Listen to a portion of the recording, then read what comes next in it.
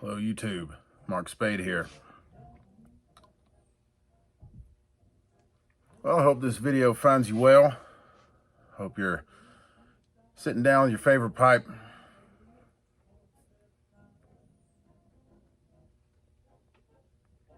a newly found blend, and a comfy chair.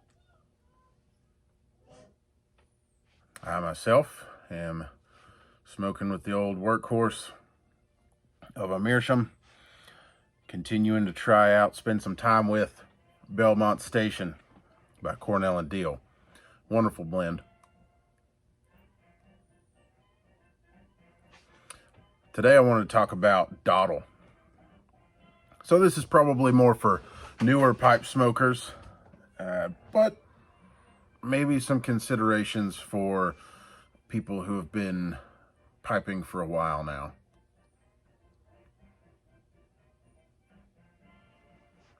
So let's get into that. Used to, especially the first several years actually, of pipe smoking, trying out different blends, especially once I had, several pipes to rotate in and out with and try new things.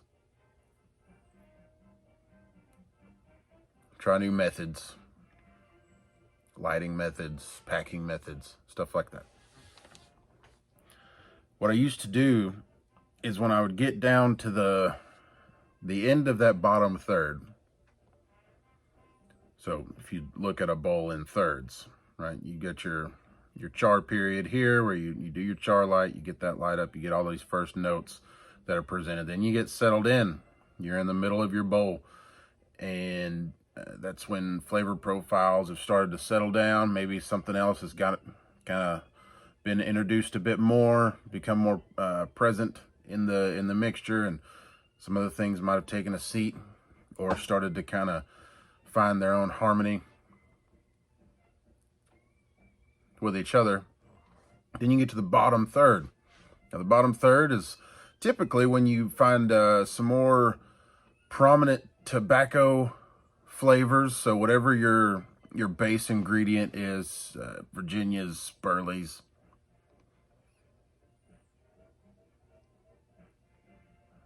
Cavendish, those are some typical base blends, or components rather. That's when you start to taste those, and any other kind of topping, casing, any other kind of component, it started to settle down. It started to kind of take a back seat. And then you get to the end, where with a lot of blends, you will have kind of that nasty, wet, putrid taste and smell. It's no longer pleasant. Now the problem I had was I would read and hear other pipers talking about how they'd burn it down to a nice white ash at the bottom, and this would promote good caking, and it would just be a testament to not only how well did they light and tamp and smoke, but also the blend itself. What I've realized, and I'm not the most experienced smoker, but I've smoked well over 30 blends, I know that.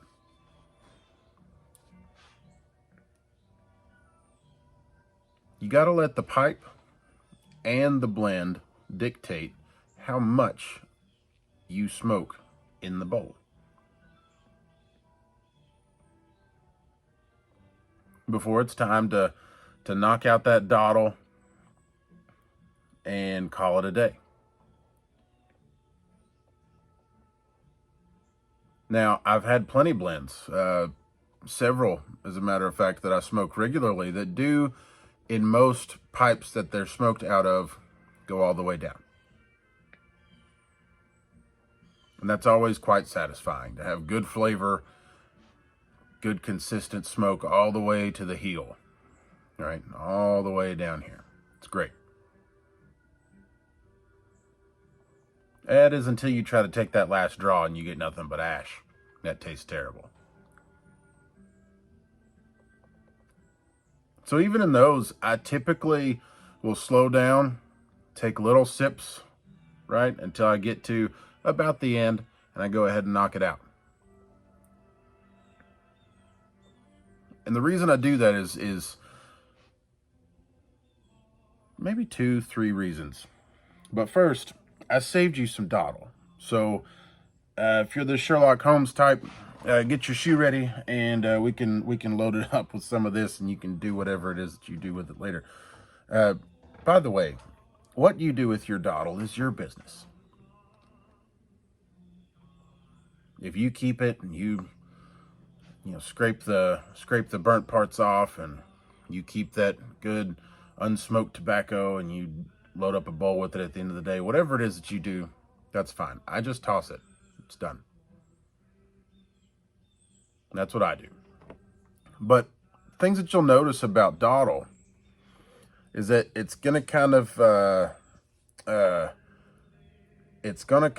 have a divot there, and it'll be funneling towards where that airway is, which is typically right here, where the heel, the bottom of the bowl, enters into the shank. It's going to be kind of back here in this area, and so you're going to see that in the Dottle. It's going to be kind of funneling that way, and really that's what you want. Even in smaller bowls, you'll have this where it looks like the end of a cigar, right? And then you have this charred portion on top. And all those things are great to see. It's good to see because you know that you had a good full smoke. But one of the first problems that I identified was I'm sitting here and I'm aggressively putting flame to chamber, trying to coax this thing on, trying to keep it going.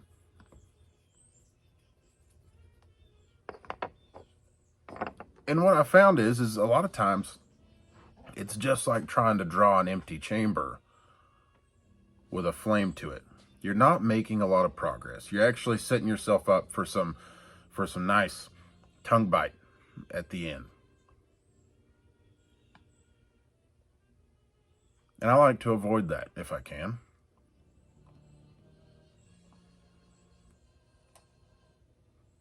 But also, you have a real chance of ruining some of these interior parts of the pipe. You have a chance of really charring the airway, which can start to degrade it on a briar pipe.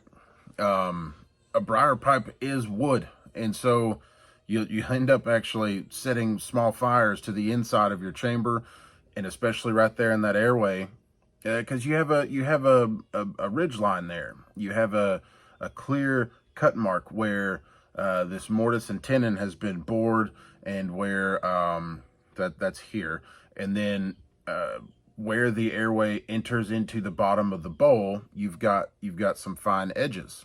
You'll actually start burning those edges, and it can end up putting some pretty significant holes, gouges in the interior part of the bowl. Well, then you say, well, that's what cake is for.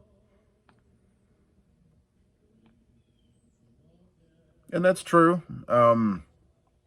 You can build up a nice cake around the inside, and that's necessary for briar pipes.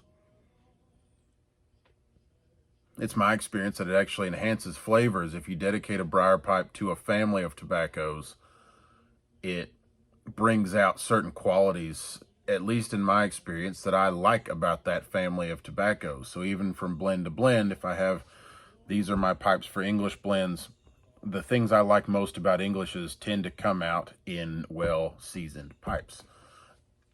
So that's good. But you don't need to build up cake around the airway, in my experience. Because it's just that. It's an airway. It needs to remain open, just like with your own body. Your airway needs to remain unobstructed. The more that you obstruct the airway, the smaller that hole begins to get. It makes it harder to clean. So it's a much worse place for catching some of these putrid smells, putrid tastes. And I would imagine even maybe some bacteria. I don't know. That's just me. I like to keep a good clean airway.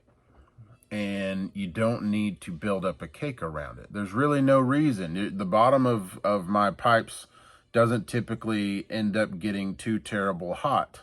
And I feel like, at least for my briars, I never really have to worry about any kind of burnout. And I've read a lot about that, heard a lot about that. I have yet to experience it, which is wonderful. And I hope I don't. The idea of burning a hole in the bottom of your pipe and then it's just rendered useless and off to the wastebasket there. So it's just, I guess, really a little bit of a know-how video, a little bit of a consideration video of, don't try to force the pipe, don't try to force the blend to get that last little bit of tobacco in, because it typically doesn't taste or smell that great. Just ride it out. Once you get a little bit into that bottom third, go ahead and knock it out. Reload the bowl. Pick up a new pipe and a new blend if you want to, if you've got the time, and continue smoking. But there's no reason to try to force it. There's a little bit of respect that you have to give to the pipe and to each blend. And this is how you really get a good experience out of it. This is how you maintain longevity for your pipes. I don't know, just a little something to think about. And let me know what you think about it. If you found this video useful, I'd appreciate a like. And feel free to jump into that comment section and give me your thoughts. Give me your thoughts on Dottle. Give me your thoughts on pipe longevity. Really enjoy hearing from you guys. So, I'm Mark Spade. Thanks for watching.